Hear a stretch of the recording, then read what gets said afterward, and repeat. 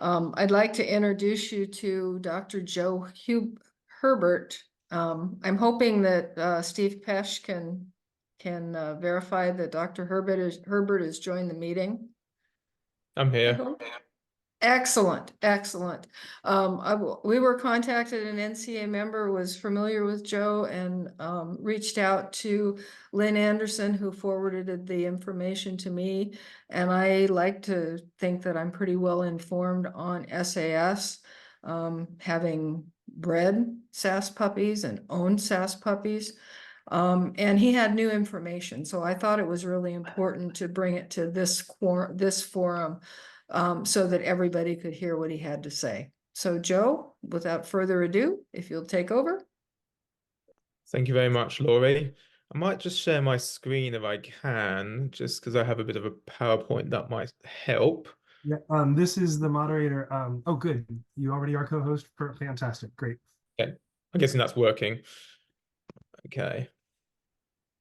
So I thought I'd just quickly go over the sub-aortic stenosis stuff for those of you that are not quite so aware about it, but I know most of you will be because it's such a, unfortunately, relatively common condition in Newfoundlands. But just as a little recap, your heart is divided into your left and right sides. The left side takes, which is in red in this image here, takes blood from your lungs that contains all the oxygen. It goes through the left atrium, this LA here, into your left ventricle. And then in normal conditions, the left ventricle squeezes to contract out the blood through the aorta so that that blood full of oxygen can be taken to the whole body and all the other organs can use that oxygen. Unfortunately, Newfoundlands and many other breeds suffer from what's called sub-aortic stenosis, which is where this aortic valve here, which separates the left ventricle from that main blood supply going through the aorta, there's a fibrous or fibromuscular ridge of tissue. And it acts a bit like putting your thumb over the edge of a hose. When your thumb's not over, the water flows quite nicely without resistance. However, the minute you put your thumb over there, the hose torts up and that blood starts coming out at very high pressure. Now, over time, by blocking the outflow through the aorta, there's a lot of stress being applied on the ventricular wall, causes it to become thickened.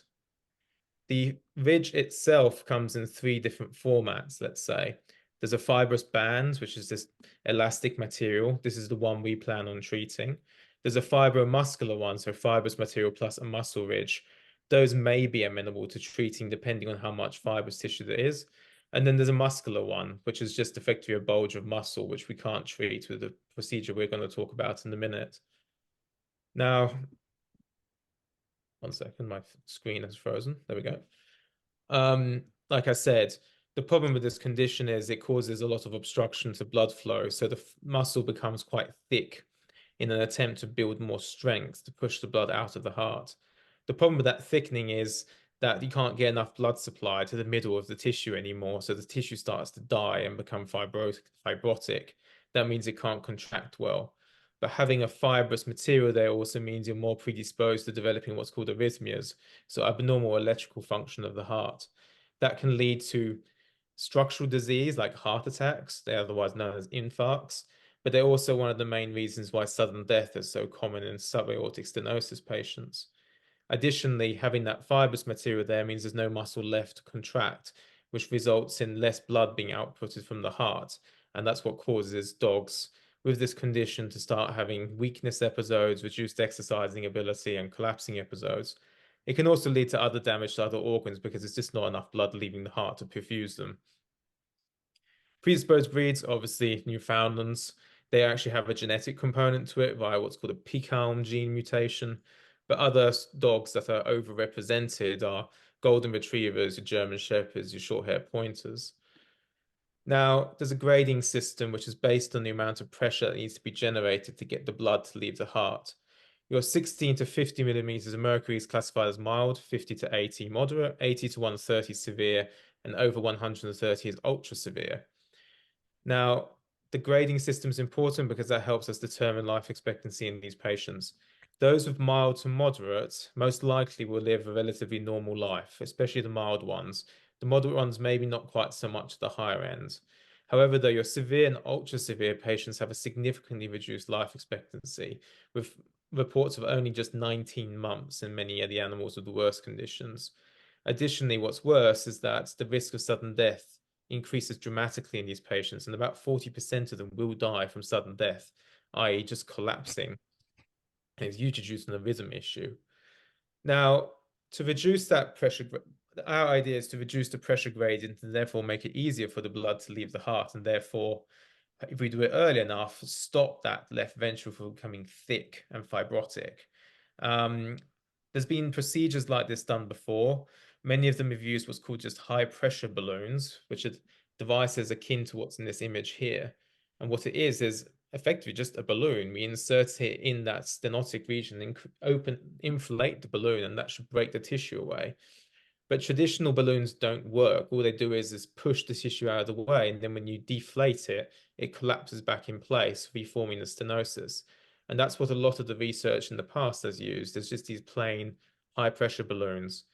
What we do is we use cutting balloons, which are balloons like this one here in the image, which are, once inflated, have 4 razor blades along the edges. These razor blades nick the tissue of the stenosis, weakening it. And we do these cutting balloons a couple of times to weaken the tissue. We then take that out and replace that balloon with a similar one without the razor blades. We inflate those around 3 times. And that what happens is, where we've nicked the tissue with the cutting balloon, it now tears with the high pressure balloon. Now, obviously, the tissue is still going to be there, but it's going to be able to collapse and hopefully reduce the resistance to blood leaving the heart. We're never going to get back to complete normal, unfortunately. However, though, if we got those severe and ultra severe patients down to a more normal pressure gradient, even like the mild or moderate territory, if we do it young enough, we hope to be able to increase life expectancy dramatically in these patients and reduce the risk of sudden death. Additionally, what we do is, in addition to the surgeries, we use a drug called a beta blocker. The role of that is to slow down the heart rate and the force of contraction. We start the dogs on that drug 1 month prior to undergoing the procedure, and we continue it indefinitely afterwards. In some patients, we may stop it. In some, we may not. Now, these are just images called angiograms. So our heart is here in this image, and the black is contrast that has been injected through the aorta, which is this big tube up here, and down into the ventricle. Now, as you can see, you have quite a wide blood vessel here that suddenly tapers down significantly by half. If you reduce a diameter of a blood vessel like this by half, the resistance to blood flow goes up by 16 times, which is enormous. And this is what we're trying to bust open with our cutting balloon. Now, these are images of what the balloons look like. They're not actually sequentially in this image, but that is what an inflated balloon looks like. It has this sort of like relatively cylindrical shape with tapered edges. And as we're inflating it, where you have the stenosis, initially what you see is this ridge here, this indentation. So that's a normal blood vessel diameter above the indentation, when the indentation is where the stenosis is. And as we keep inflating, we bust through that stenosis. Now, our hypothesis is, by using this modified procedure, i.e. the atenolol preoperatively for 1 month, the cutting balloons have been inflated 1-2 times. The high pressure balloons have been done 2-3 times, more or less. It's all patient dependent, that part. And then continuing the atenolol indefinitely afterwards, we hope to be able to reduce the pressure gradient enough to put these patients in the safe territory again, therefore reducing the risk of sudden death from that 40% down to hopefully a negligible number, increase the life expectancy of the patients, but also, and not to be forgotten, improve the quality of life for these animals. Because it's all very well increasing the amount of time they have to live, but if they're living a poor quality of life, like many of these severe ones are, where they get exhausted just going for simple walks, they're having collapsing episodes all the time, the increased heart rates they get from their arrhythmias can make them feel really sick and queasy. That is obviously a worthwhile procedure doing, just to give them that improvement in quality of life. Another thing is we want to take a look at is the restenosis rate, so the rate in which that stenotic lesion comes back. It is possibly going to be worse with animals that have a muscular component to it compared to a fibrous one, because fibrous material doesn't actually heal very well, but muscle does. In human research, they put the restenosis rate at 20%. However, though, that occurs usually over 17 to 20 years, which is longer than the life expectancy of most dogs out there. So it might be a negligible factor in any of our cases. However, though, we just don't know that for sure. Now, we have done this procedure in about 40 patients so far. And what you can see from this graph here is, well, the 40 patients plotted.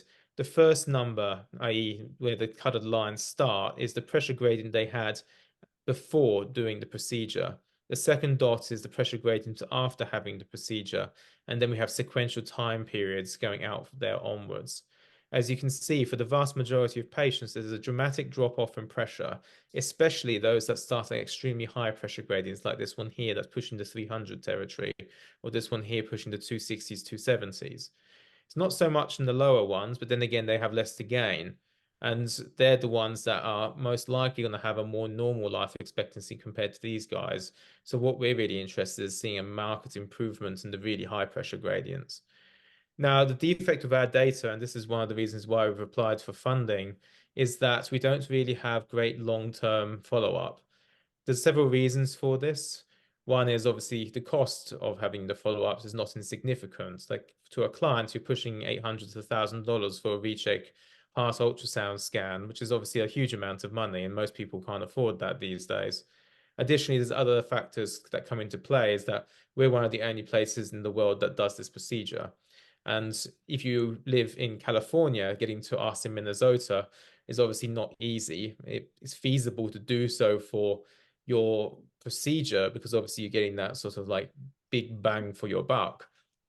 But going back every 6 months to a year is unfeasible. So we've had a few dropouts, unfortunately, because of those reasons. And then there's a smattering of other reasons why people don't follow through.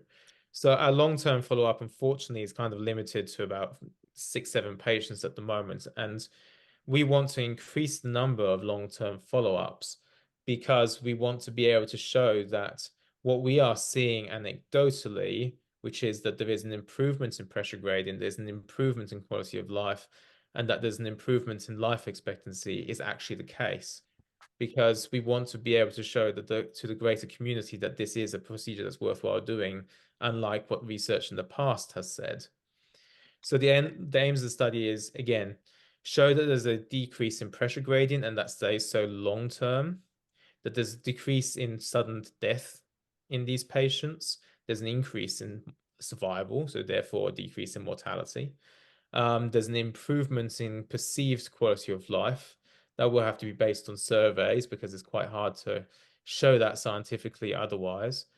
And there's relatively few complications with the procedure when done in a specific way, which we'd also publish to show other people how to do it.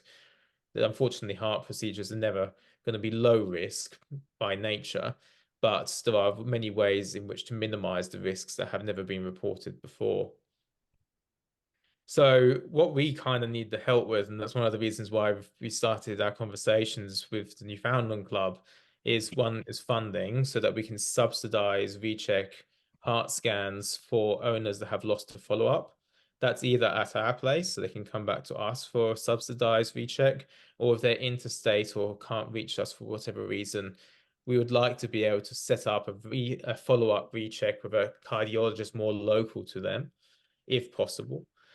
The other thing is that the more number of cases we have, the better the data is, and therefore we are more likely going to show a significant improvement and that this procedure is worthwhile doing. We are struggling a tiny bit with case recruitment, mostly because we just don't see these cases that often. For example, Newfoundlands, I looked at our last 10 years, we've only seen 74 Newfoundlands in our cardiology department over 10 years. 22 of those had aortic stenosis. And in the last 5 years, if you take the ones that had sub-aortic stenosis, 40% of those have already died. So we'd like to be able to increase the patient number that we see through the doors to be able to help the more animals possible, pretty much. And that's pretty much all I have to say. I know I've got a short amount of time, and you guys are all very busy, so I don't want to take up any more time. But I'm open to any questions that any of you may have. Obviously, whether that is now or you can send the questions to us at the university. Yeah. President Cornell, Dr. Herbert, there's a raised hand from TJ Robinson. Bear with me 2 Will seconds. will the PowerPoint presentation be made available to members, attendees? I can definitely send it out for general distribution. Thank you. Sorry, I'm trying to find stop share. There we go. Okay. Bear with me, question-wise. There's another hand up. Michael and Teresa have their hand up. Gosh, 1 second. I'm a bit new to Yes, this. can you state who you are again, please? I'm Joe Herbert. Your I'm name? one of the cardiology residents at the University of Minnesota. University of Minnesota. Thank you. Thank you. Well, additionally, I forgot to mention my boss, one of the specialists in cardiology, is Christopher Stouthammer. He will also be at the Duluth conference that you guys have. I believe he's doing some heart scans there. So any other questions that crop up, if you happen to be in Duluth, he's well aware of what we're doing because he's involved as well. So I'm sure he'll be able to help.